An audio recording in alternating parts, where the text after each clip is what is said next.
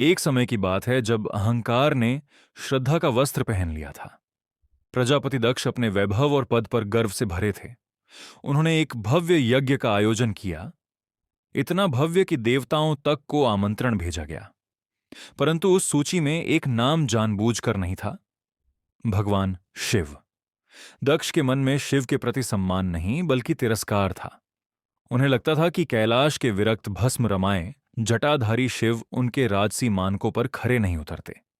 उधर सती, जो शिव की अर्धांगिनी थीं और दक्ष की पुत्री भी, जब यज्ञ की चर्चा सुनती हैं तो उनके मन में पिता से मिलने की चाह जाग उठती है।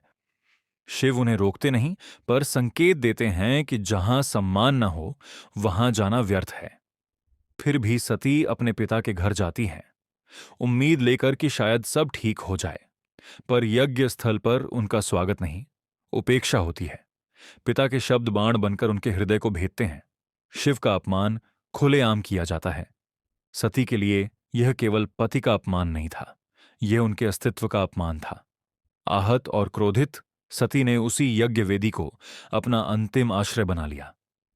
अग्नि की लपटों में उन्होंने अपने प्राण त्याग दिए, मानो संसार को यह बता रही हों कि जहां प्रेम का अपमान हो वहां जीवन का कोई अर्थ नहीं। जब यह समाचार कैलाश पहुंचा तो सन्नाटा भी कांप उठा।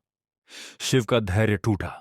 उनके रौद्र रूप से वीरभद्र प्रकट हुए, एक ऐसी शक्ति जो विनाश का प्रतीक थी। यज्ञ स्थल पर पहुंचकर उन्होंने सब तहस नहस कर दिया।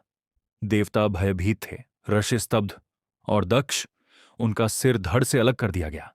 पर कथा यहीं समाप्त नहीं होती। क्रोध के बाद करुणा आती है। देवताओं के निवेदन पर शिव का हृदय पिघला। उन्होंने दक्ष को दंड देकर भी जीवन दान देने का निश्चय किया। बकरे का सिर लगाकर दक्ष को पुनर्जीवित किया गया। उनका अहंकार टूट चुका था और आंखों में पश्चाताप था।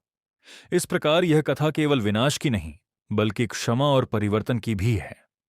अहंकार अंततः झुकता है और करुणा उसे नया जीवन देती है।